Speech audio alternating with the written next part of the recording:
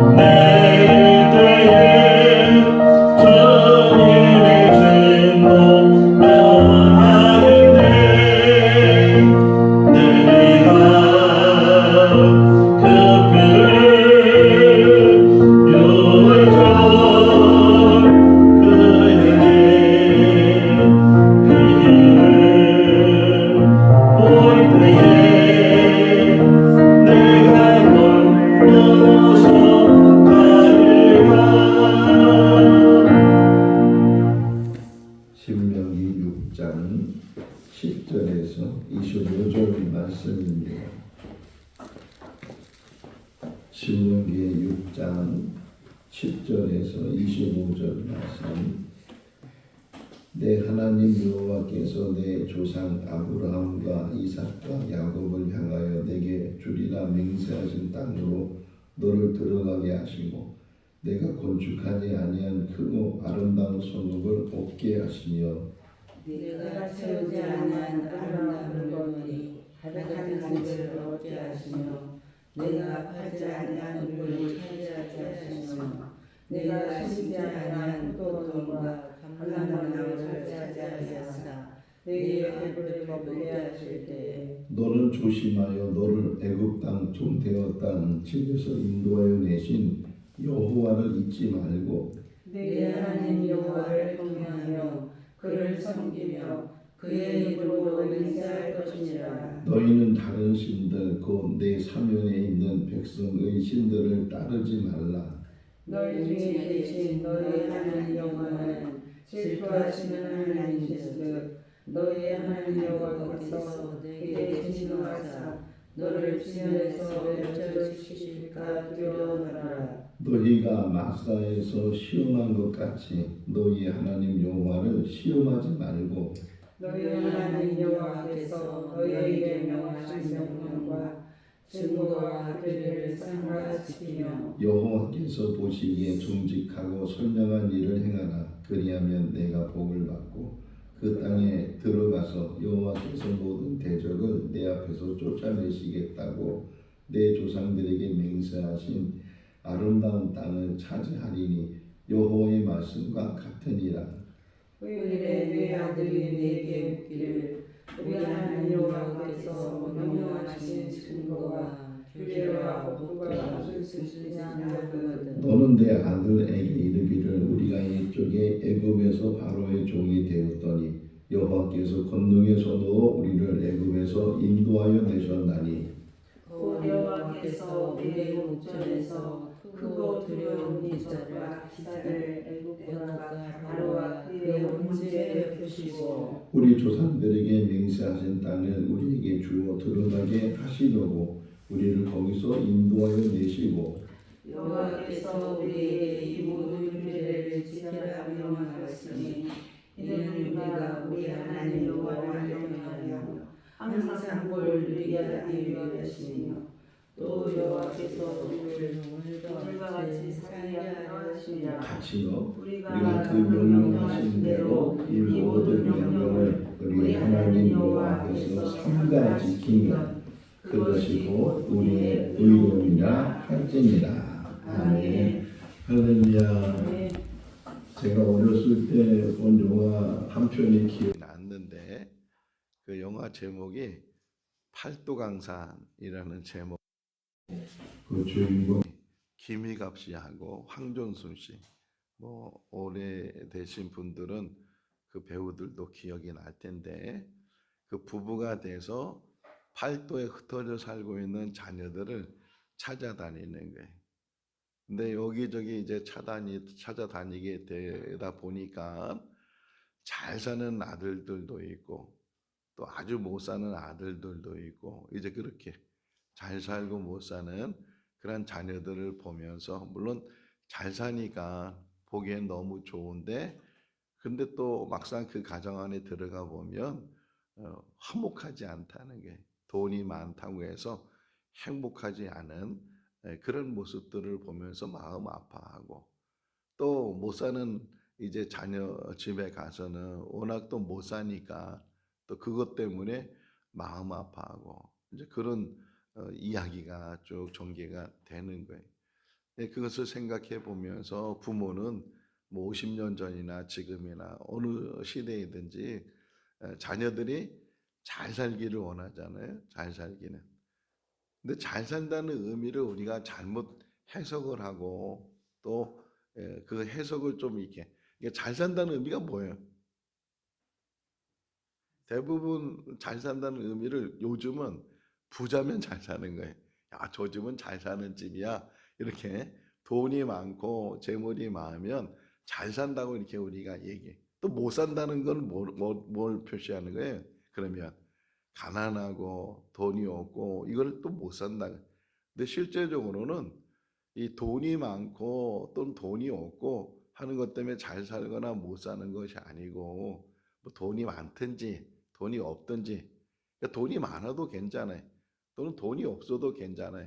정말 잘 산다는 것은 그 가족 안에 화목을 이루고 서로 사랑하고 그렇게 가족이 가족으로서의 사랑을 나눠야 되는데 부자는 부자대로 돈이 많으니까 서로 따로따로 그냥 남편 따로 아내 따로 이렇게 자녀 따로 또 가난하니까 그 없는 것 때문에 대부분 부부들이 싸우는 이유가 두 가지예요. 하나는 돈 때문에 싸우고 또 하나는 자식 때문에 자녀들 때문에 싸우거든요.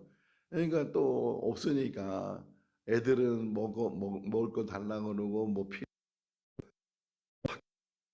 저희 어머니에게는 뭐 학용품 산다고 뭐 육성예비 내라고 그런다고 뭐 이렇게 돈 얘기를 참 많이 했던 것 같아요.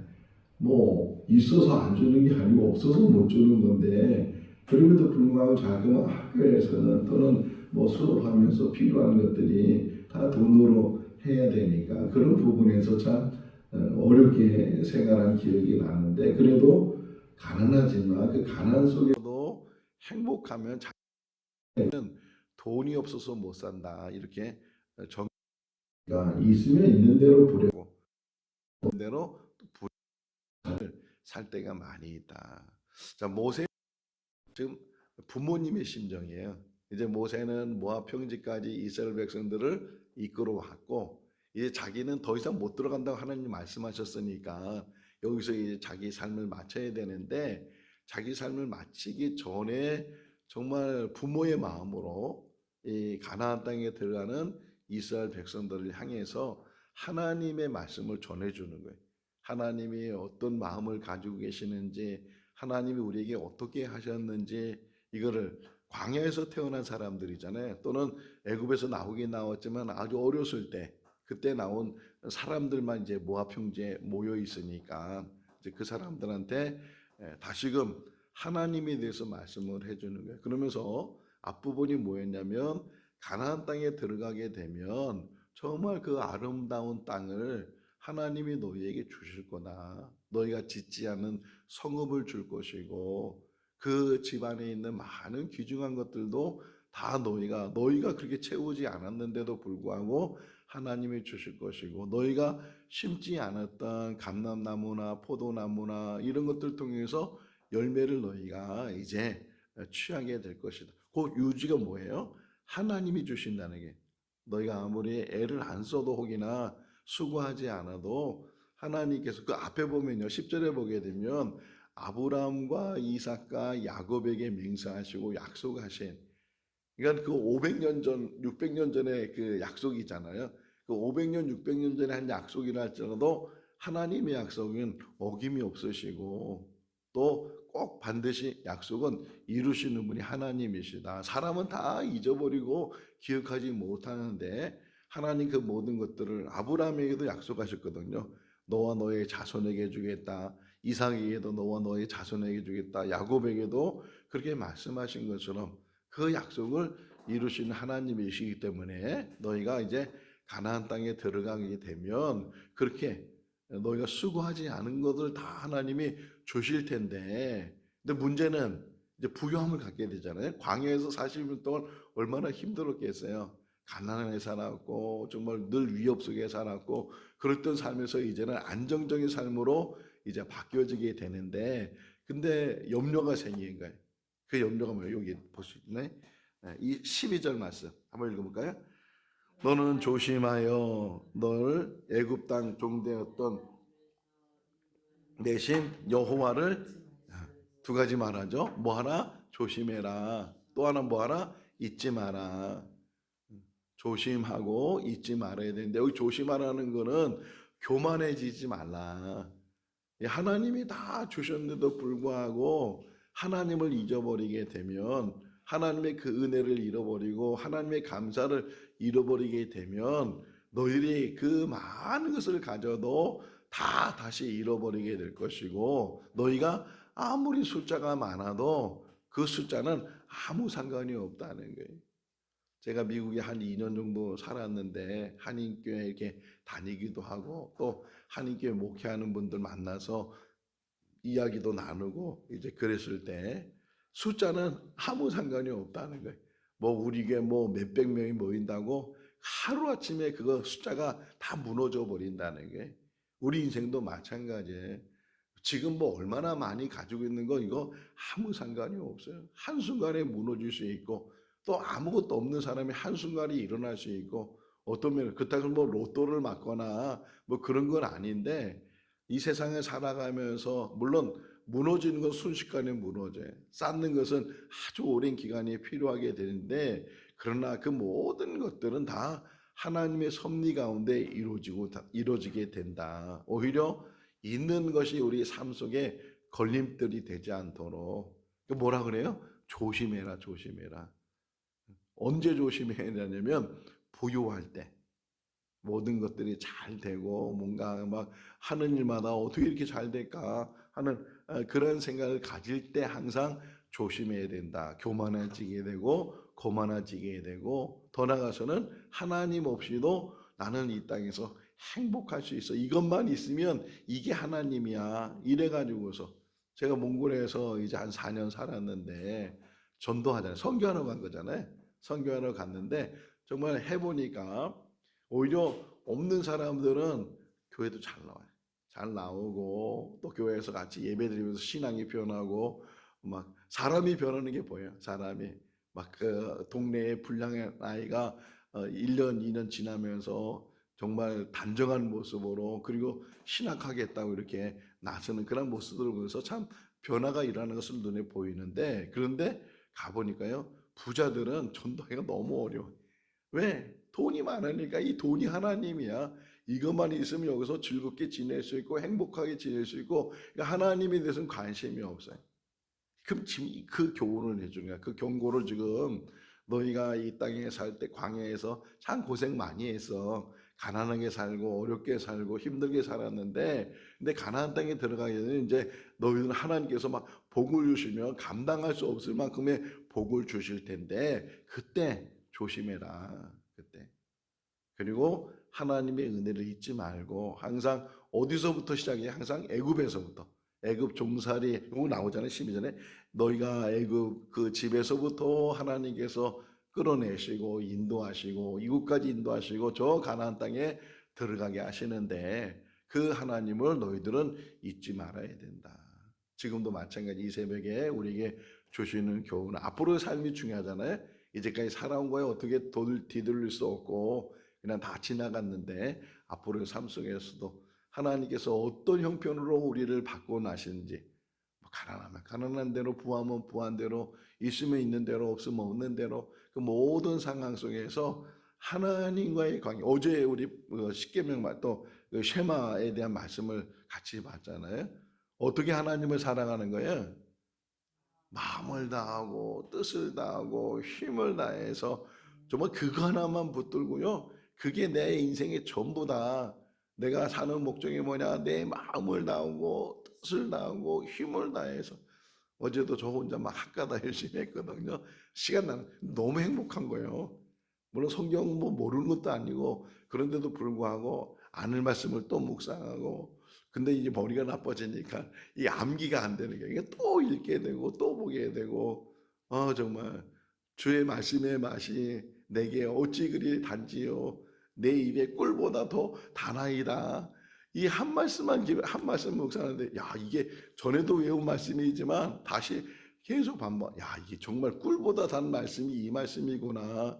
내가 그걸 왜 체험하지 못했나 막 그러는 막 감동이 오거든요. 마음을 다하고 뜻을 다하고 힘을 다해 나의 모든 삶의 목적이 사랑에 있다. 하나님을 사랑하는 건 내 모든 형편 아무 상관이 없어요. 있으면 있는 대로 없으면 없는 대로 그게 사는 것이 우리의 삶이고 참 제가 좀 미련한 것 중에 하나가 저도 계속 이것만 입잖아요. 옷이 없는 것도 아닌데 계속 이것만 입어. 그냥 그냥 떨어질 때까지 남이 뭐라 그래도 왜 목사님은 옷도 없이 저것만 입고 있나 뭐 이런 말을 하든 말든 그냥 그게 무슨 상관이겠어요. 새 옷을 입든 구제 가서 사서 입든 뭐 누구 준 거 입든 그게 무슨 뭘 먹든 무슨 상관이 있겠어요. 이 땅에 산 날 정말 하나님 사랑하고 믿음 안에서 그리고 주신 이 일들을 감당하면서 성도 사랑하고 서로 사랑하고 어제 그 알라딘 가서 책을 좀 샀어요. 하여간 주머니 좀만 생겨도 알라딘 가서 책을 샀는데 감동되는 책이 하나 있었어요. 감동. 정말 우리가 예수님 안에서 우리의 삶을 살고 있는지 예수님이 인도하시는 인생 이게 제목에 예수님이 인도하시 얼마나 두꺼운지 몰라 한 700페이지 되는 그런 근데 너무 좋은 거는요 글자가 너무 커 이만큼 책이 이만해서 글자가 커서 보기에 너무 좋아서 그런데 근데 그분이 은퇴하신 목사님인데 자기가 40여 년 동안 목회하면서 나는 실패한 목회자다 그러면서 이제 쭉 쓰시는 거예요. 우리 인생을 어떻게 목회를 어떻게 해야 되는지 인생을 어떻게 살아야 되는지 예수 없이 살았다는 거예요. 신앙생활 안 하면서도 설교하면서도 예수님 얘기를 하지도 않고 하나님 얘기를 하지 않고 하나님이 이렇게 말씀하셨습니다. 예수님이 이렇게 말씀하셨습니다. 이 말을 전해줘야 되는데 자기가 뭐 했다고 우리가 뭐 했다고 세상 얘기가 아니고 자기 얘기 사람 얘기 사람의 말만 그렇게 그게 다 교인들한테 계속 이게 쇠뇌돼 가지고서 교인들도 유머만 나오면 재밌다고 웃긴다고, 물론 재밌게 해주는 것도 하나의 요소이겠지만 하나님 말씀이 들려야 되고 예수님 말씀이 들려야 되고, 하나님이 지금 어떤 마음을 갖고, 여기 보세요. 15절에 보게 되면 하나님은 질투하시는 하나님이시다. 질투하시는 하나님. 얼마나 사랑하시면 질투하겠는가. 내가 그렇게 너희를 사랑하는데 너희는 우상을 섬기고 딴짓하고 곁눈질하고 세상 연락에 빠져서 그렇게 사는 그 모습을 볼 때 하나님이 얼마나 마음 아파하시고 얼마나 질투하시는가. 그러면서 이 모세가 하는 얘기가 하나님을 시험하지 마라. 요 마사 얘기가 나오죠. 16절에 마사에서 너희, 마사라는 말 자체가 시험이란 뜻이에요. 너희가 시험을 했다.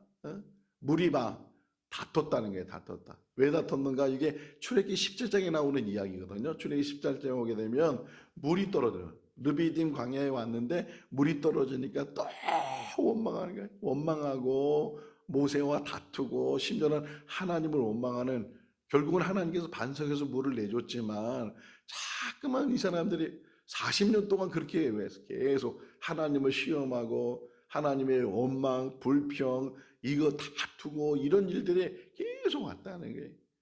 그럼에도 불구하고 참 감사한 일은 하나님은 버리지 않으셨다. 놓지 않으셨다. 끝까지 하나님을 너희를 붙드시고 너희를 끝까지 인도하시는 분이 하나님이시다.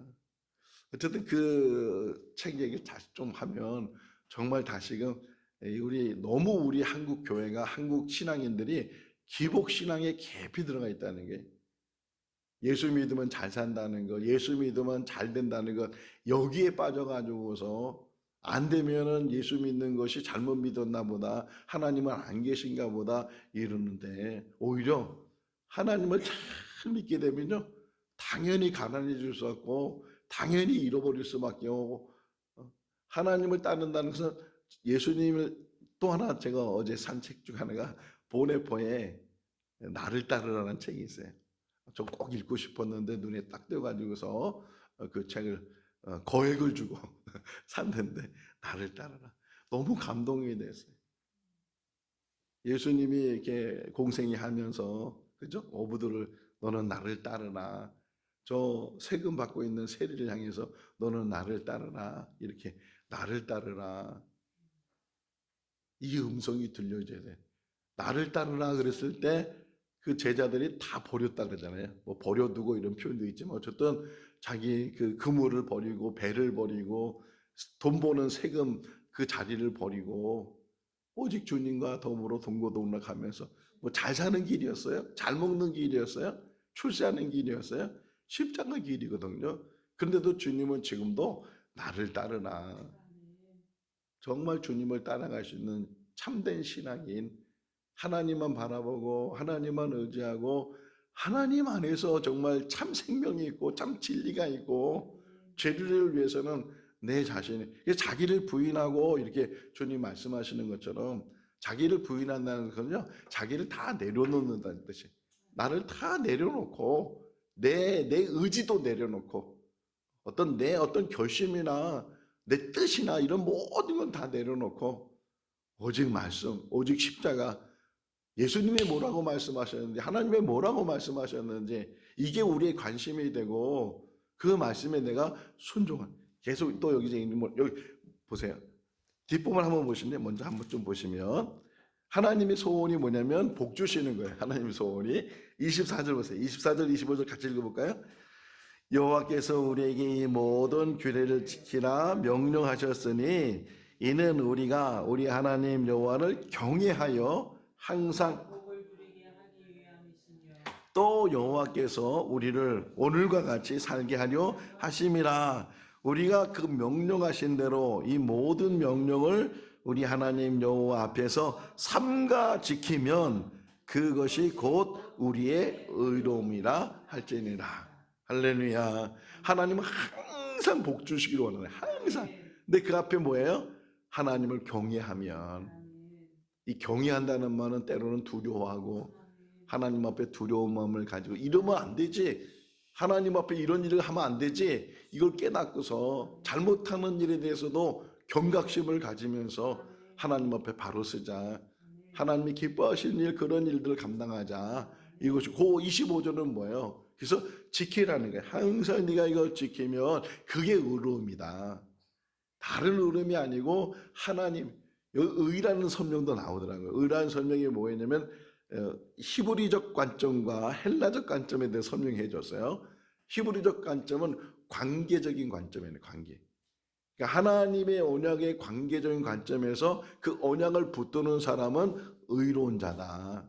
그래서 아브라함이 하나님을 믿으니 의로 여기셨느니라, 이런 말씀이 있는 것처럼 하나님과의 관계에 그 말씀을 붙들고 사는 사람, 오늘도 우리가 하나님의 말씀을 붙들고 하나님의 은혜 안에서 사는 우리의 삶이 돼야 되고, 마지막 20절 보시면 후일에 이렇게 표현하잖아요. 오늘 있었던 일, 광야에서 있었던 일, 애굽에서 나오는 모든 일들, 이런 일들을 경험하지 않은 우리 자손들이 묻는다는 거예요. 왜 우리가 하나님을 섬겨야 됩니까? 이렇게 물을 때 그 하나님이 우리에게 어떻게 하셨는지 이거를 가르쳐 주라는 거예요. 하나님께서 이스라엘 백성들에게 7절기를 주셨잖아요. 그 7절기 중에서도 3대 절기, 유월절, 오순절, 이 장막절 또는 초막절이라는데, 이 세 절기를 더 잘 지키라고 말씀하셨는데, 특별히 이 장막절 또는 초막절은 어떤 의미를 가지고 있느냐? 광야에서 40년 동안 하나님께서 어떻게 은혜를 베풀어 주셨는지를 자녀들에게 가르쳐 주는 거예요. 지금도 마찬가지. 지금도 이스라엘 사람들이 장막절을 지키는 이유가 뭐 제일 좋은 거는 광야 나가서 광야에서 지켰어요. 광야에서 텐트를 치고 거기서 일주일을 지내면 제일 좋은데, 그러지 못하면 자기 집 지붕이나 그것도 안 되면 자기 집 방에 텐트를 하나 치고, 그리고 제일 중요한 게 뭐냐면 자녀들과 함께 하는 게, 자녀들과 함께 하면서 그때 이 장막절을 지키는 게 자녀들에게 하나님이 어떤 분인가를 계속 얘기하는 거예요. 조상 얘기부터, 아브람 얘기부터. 근데 우리를 보세요. 우리는 그런 게 없잖아요. 우리 자녀들에게 하나님을 교육하는 어떤 절기나 이런 게 없단 말이에요. 학가다가 하나의 그 방법일 수 있는데, 이제까지 우리 잘 먹이고 뭐 학원 잘 보내고 공부 잘 가르쳐주면 좋은 옷 입히고 좋은 거 먹이고 이러면 부모 행사를 다 했다고 우리가 생각하잖아요. 그러고 나서 이제 보니까 애들이 다 겉돌게 되고 자기 말 안 듣고 그냥 세상에 빠져 있고, 어릴 때부터 정말 하나님에 대해서, 하나님이 어떤 분이신, 내가 왜 하나님을 믿고 있는지, 이 하나님이 어떤 분으로 정말 우리와 함께 하신지 이걸 어릴 때부터 가르쳐 줬어야 돼. 그래서 뭐라 그래, 어제 말씀에 부지런히 애들에게 가르쳐라, 이거 하나님 사랑하는 거를 어릴 때 가르쳐 주면 평생. 우리 주한이가 지금 항암 치료 받고 있잖아요. 그 1살 좀 넘은 아이가 뭘 알겠어요. 그 말도 못하는 아이. 근데도 우리 주한이들 이렇게 영상 보면 다 손모으고 있잖아요. 손모으고. 이게 뭐예요? 기도하는 거예요. 기도. 엄마 아빠가 계속 기도하면서 손모으고 이러니까 기도하고, 이 손도 잘 안 닿는데 이게 사랑합니다 이 뜻이에요. 사랑합니다. 기도하고. 저는 그 아이가 축복받은 아이라고 생각해요. 지금 암 때문에 힘들어하지만 그 어린 말도 못하는 아이가 이 표현하는 게 하나님께 자기의 인생을 맡기고 우리 이 땅에 사는 날 동안 정말 후일에 우리가 간증할 수 있는 게 뭐냐? 하나님은 살아계시다. 이제까지 하나님 나를 지켜줬고 인도하셨고. 어제 갑자기 전화가 왔어요. 모르는 전화번. 저는 모르는 전화가 오면 잘 안 받는데 어쨌든 그 받았어요. 근데 저를 모르는 사람이에요. 초면인데 전화가 와가지고서 어떻게 전화했냐니까 인터넷에 찾았대. 교회를 찾다 보니까 우리 교회가 있고 전화번호가 있어서 그래서 전화를 했다는 게. 근데 어떻게 무슨 일로 전화하셨냐니까 자기 형님이 중앙제일병원에 입원하고 계신데 와서 안수기도 좀 해주시면 좋겠다고. 자기는 서울에 살고 있는데 형님 때문에 잠깐 내려왔는데 그냥 무작위로 전화한 거예요. 그래서 제가 가겠다고. 근데 못 들어가게 하잖아요. 그 앞에 지키고 있어서. 근데 그분이 사정을 얘기를 해서 우리 형님이 지금 이렇게 많이 아파가지고서 있는데 목사님 모시고 기도 한번 하려고 한다고. 그러니까 이제 들여보내줬어요. 그래서 들어가서 만나서 하고. 근데 그분이 그런 얘기 하는 거예요. 저는 연배가 비슷해. 64세네. 64세인데 만으로. 근데 연배가 비슷한데 혈전에 문제가 생겨서 막 지금 뭐 끼고 뭐 하고 막 몸이 막 붓고 막 그러셨더라고요. 근데 그분이 그래. 자는 교회를 다닌 적이 없지만 하나님은 살아계시다고. 죽음도 안 두렵대. 죽음도. 난 죽음도 두렵지 않다고. 그러면서 내가 진작에 하나님 만나지 못한 거. 교회를 다니는데 교회를 안 나고 유튜브로 예배드리고 그랬었는데 정말 내가 진작에 하나님 만나서 하나님 예배드리고 그런 삶을 살았다면 그러니까 다른 게 후회가 되는 게 아니고 하나님을 늦게 만났다는 거, 교회에 다니지 못했다는 거, 이게 그 병실에 누워 계시면서 그분이 그렇게 간증을 했어요. 어쨌든 기도하고 내가 새벽마다 기도하겠다고 그렇게 이제 하고 헤어졌는데 좀 하나님께서 이렇게 붙여주시는 것 같아요. 전혀 모르는 사람인데 그렇게 연결이 돼서 또 마침 제가 교회에 있어가지고서 5분이면 간다고 빨리 가겠다고 가서 그 사람 만나서 또 동생 만나서 같이 교제하고 기도하고 그랬는데 참 그분의 어떤 믿음이랄까요? 죽음도 두렵지 않대. 그러면서 하나님은 살아계시다고. 우리가 이 땅에 산 날 동안 뭐가 인생에 중요한 것인지 여러분 하나님 사랑하는 거예요.